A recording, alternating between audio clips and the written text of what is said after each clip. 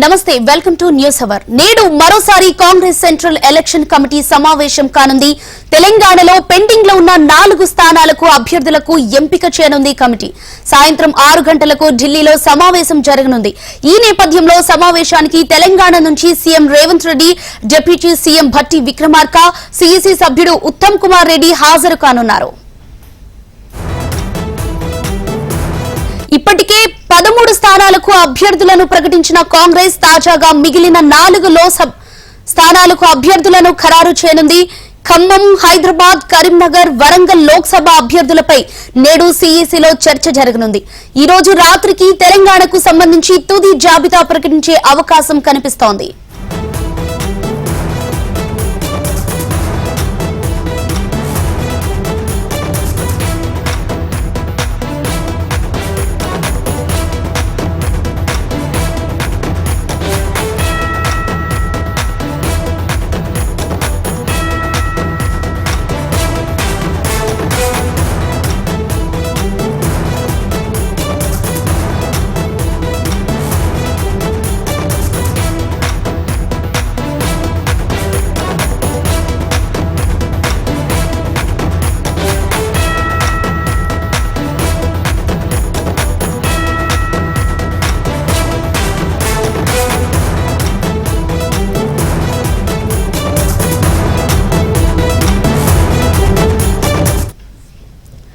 నేడు మరోసారి Congress central election committee సమావేశం కానుంది. తెలంగాణలో పెండింగ్ లో ఉన్న 4 స్థానాలకు అభ్యర్థులకు ఎంపిక చేయనుంది కమిటీ. సాయంత్రం 6 గంటలకు ఢిల్లీలో సమావేశం జరగనుంది. మరి దీనికి సంబంధించి మరింత సమాచారం మా ప్రతినిధి ఢిల్లీ నుండి శిరీష్ అందిస్తారు. ఝాన్సీ, కాంగ్రెస్ పార్టీ కేంద్ర కార్యాలయంలో సాయంత్రం 6 గంటలకు కాంగ్రెస్ పార్టీకి సంబంధించిన కేంద్ర ఎన్నికల కమిటీ సమావేశం జరుగుతుంది. సమావేశంలో తెలంగాణలో పెండింగ్ లో 4 లోక్సభ స్థానాలతో పాటుగా ఇతర రాష్ట్రాలకు సంబంధించిన పార్టీ అభ్యర్థులపై సమావేశంలో చర్చ అనేది కూడా జరుగుతుంది. అయితే గత సమావేశంలో మొత్తం 8 లోక్సభ స్థానాలపైన చర్చ జరిగినప్పటికీ కూడా కేవలం 4 లోక్సభ స్థానాలను మాత్రమే క్లియరెన్స్ అనేది కూడా ఇవ్వడం జరిగింది. ఇప్పటి వరకు కూడా దాదాపు 13 లోక్సభ స్థానాలని కాంగ్రెస్ పార్టీ తెలంగాణలో ఉన్న 17 లో ప్రకటించడం జరిగింది. మిగిలిన 4 లోక్సభ స్థానాలను ఈ రోజు అభ్యర్థులను ప్రకటించాల్సి ఉంది.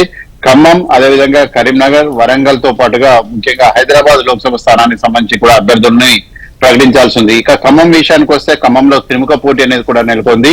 ఇటు పొంగులేటి సుధాకర్ రెడ్డి యొక్క సోదరుడు, అదేవిధంగా తుమ్మల నాగేశ్వరరావు తనయుడు, మా డిప్యూటీ సీఎం భట్టి విక్రమార్క సతీమణి ముగ్గురు కూడా పోటీ పడుతున్నారు. వీళ్ళతో పాటుగా మరో సామాజిక వర్గానికి సంబంధించిన నేతలు కూడా తీవ్ర స్థాయిలో కూడా పోటీలో ఉన్నారు. దీంతో ఖమ్మం లోక్సభ సీట్ అనేది చాలా హాట్ టాపిక్ గా మారింది. అయితే ఈ రోజు జరిగే సిఈసి సమావేశంలో కూడా దీనిపైన ఒక ఏకాభిప్రాయం అనేది రాకపోవచ్చు అని చెప్పేసి కూడా తెలుస్తుంది. ఖమ్మం లోక్సభ స్థానాన్ని పెండింగ్ లో పెట్టే అవకాశం ఉంది.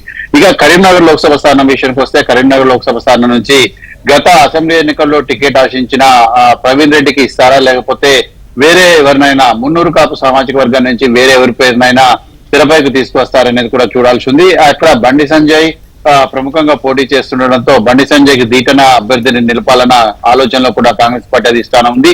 దీనికోసం సరైన అభ్యర్థి కోసం కాంగ్రెస్ పార్టీ వేచి చూస్తోంది. సో ఈ నేపథ్యంలో ఈ రోజు కరీంనగర్ లోక్సభ స్థానానికి సంబంధించి ఒక క్లారిటీ అనేది కూడా వచ్చే అవకాశం ఉంది. ఇక వరంగల్ లోక్సభ స్థానం విషయానికి వస్తే వరంగల్ లోక్సభ స్థానం టికెట్ అనేది దాదాపు ఖరారైనట్లుగా కూడా తెలుస్తోంది. అయితే కడియం కావ్య పేరు అనేది కూడా అధిష్టానం దాదాపుగా ఖరారు చేసినట్లుగా కూడా తెలుస్తుంది. అయితే ఒక సామాజిక వర్గానికి సంబంధించి ఎక్కువ టికెట్లు అనేవి కూడా ఇస్తున్నారు. మాకు అన్యాయం జరిగిందని చెప్పేసి మాదిగ సామాజిక వర్గానికి సంబంధించిన నేతలు గత 2-3 రోజులుగా ఢిల్లీలో పెద్ద ఎత్తున ఆందోళన నిర్వహించిన నేపథ్యంలో కాంగ్రెస్ పార్టీ పునరాలోచన చేస్తుందా లేదా అనేది కూడా చూడాలి. కాకపోతే ఆల్రెడీ కడియం శ్రీహరికి మాట ఇచ్చిన నేపథ్యంలో కడియం కావ్యకే దాదాపుగా టికెట్ అనేది కూడా ఖరారు చేసినట్లుగా కూడా తెలుస్తుంది. ఇక హైదరాబాద్ టికెట్ ఎవరికి ఇస్తారనే దానిపైన చర్చ అనేది కూడా జరుగుతుంది. అయితే హైదరాబాద్ టికెట్ పైన కాంగ్రెస్ పార్టీ పెద్ద ఆశలు పెట్టుకోకపోయినప్పటికీ కూడా సరైన అభ్యర్థిని, ధీటైన అభ్యర్థిని రంగంలోకి దింపాలని చెప్పేసి కూడా కాంగ్రెస్ పార్టీ భావిస్తోంది. ముఖ్యంగా 2 జంట నగరాల పరిధిలో 4 లోక్సభ స్థానాలుంటే అందులో 3 లోక్సభ స్థానాల్లో ఈజీగా విజయం సాధించాలని చెప్పేసి కూడా కాంగ్రెస్ పార్టీ పావులు కదుపుతోంది. ఇటు చేవెళ్లతో పాటు మల్కాజ్గిరి, సికింద్రాబాద్ లోక్సభ స్థానాలపైన కాంగ్రెస్ పార్టీ ప్రధానంగా దృష్టి అనేది కూడా సారించడం కూడా జరిగింది. సో ఏదైనప్పటికీ ఈ రోజు రాత్రి కల్లా 10:30-11 గంటలకల్లా కాంగ్రెస్ పార్టీకి సంబంధించిన మరో జాబితా అనేది కూడా విడుదలయ్యే అవకాశం ఉంది.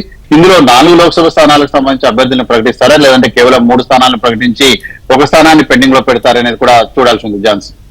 Right, thank you Sirish.